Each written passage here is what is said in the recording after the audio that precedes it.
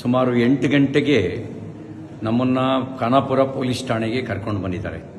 ನನ್ನ ಮೇಲೆ ಯಾವ ಮೊಕದ್ದಮೆ ದಾಖಲಾಗಿದೆ ಅಂತ ನನಗೆ ಹೇಳಿಲ್ಲ. ನಾನು ಕೊಟ್ಟ ದೂರನ್ನು ಗಂಟೆಗಟ್ಟಲೆಯಿಂದ ಸ್ವೀಕಾರ ಮಾಡ್ದಲೇನೆ ನಾನು 0 FIR ಹಾಕಿ ಅಂತ ಹೇಳ್ತಾ ಇದ್ದೀನಿ. ನಾನು ಕೊಟ್ಟ ದೂರನ್ನು ದಾಖಲಿಸ್ತಾ ಇಲ್ಲ.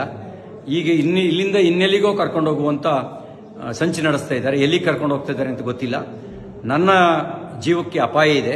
ನನ್ನ ಜೀವಕ್ಕೆ ಏನಾದರೂ ಅಪಾಯ ಆದರೆ ಅದಕ್ಕೆ ಕಾರಣ ಇಲ್ಲಿರುವ ಕಾಂಗ್ರೆಸ್ ಸರ್ಕಾರ. ಅವ್ರ ಜವಾಬ್ದಾರಿ ಹೊತ್ಕೋಬೇಕಾಗತ್ತೆ. ನನ್ನ ವಿರುದ್ಧ ಸುಳ್ಳು ಸುದ್ದಿ ಹಬ್ಬಿಸಿ ಸುಳ್ಳು ಕಂಪ್ಲೇಂಟ್ ಕೊಟ್ಟು ನನ್ನನ್ನು ಕೊಲೆ ಮಾಡ್ತಕ್ಕಂಥ ಸಂಚು ನಡೆಸಿದ್ದಾರೆ. ಇದಕ್ಕೆ ಸಂಬಂಧಪಟ್ಟಂತೆ ನಾನು ಸಭಾಪತಿಗಳಿಗೂ ಈಗಾಗಲೇ ದೂರು ಕೊಟ್ಟಿದ್ದೀನಿ. ಹತ್ತತ್ರ 3:45 ಗಂಟೆ ಆಯಿತು ನಾನು ಪೊಲೀಸ್ ಠಾಣೆಗೆ ಬಂದು. ಏನು ದೂರಿದೆ ಅಂತಲೂ ಹೇಳಿಲ್ಲ, ನಮಗೆ ಏನು ಬೇಕು ಅಂತಲೂ ಕೇಳಿಲ್ಲ.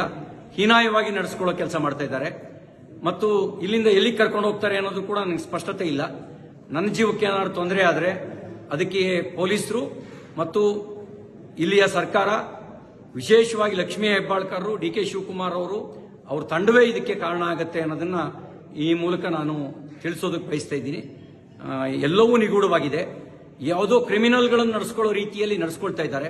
ಅವರು ನಡೆಸ್ಕೊಳ್ತಿರೋ ರೀತಿ ಅನುಮಾನ ಹುಟ್ಟಿಸ್ತಾ ಇದೆ. ಪ್ರತಿಯೊಂದು ನಡೆಯೂ ಕೂಡ ಅನುಮಾನಾಸ್ಪದವಾಗಿದೆ ಅವರು ನಡ್ಕೊಳ್ತಿರ್ತಕ್ಕಂಥ ರೀತಿ. ನಾನೊಬ್ಬ ಜನಪ್ರತಿನಿಧಿಯಾಗಿ ಮಂತ್ರಿಯಾಗಿ ಕೆಲಸ ಮಾಡಿದವನು. ನಾನು ಕೊಟ್ಟ ದೂರಿಗೆ 0 FIR ರಿಜಿಸ್ಟರ್ ಮಾಡಿ ಅಂತ ಹೇಳಿದ್ರೆ ಮೀನಾಮೇಷ ಎಣಿಸ್ತಾ ಇದ್ದಾರೆ. ಇದೆಲ್ಲವೂ ಅವರು ತುರ್ತು ಪರಿಸ್ಥಿತಿಯ ಕಾಲಘಟ್ಟದಲ್ಲಿ ನಡ್ಕೊಳ್ಳೋ ರೀತಿಯಲ್ಲಿ ನಡ್ಕೊಳ್ತಾ ಇದ್ದಾರೆ. ಜೈ ಹಿಂದ್.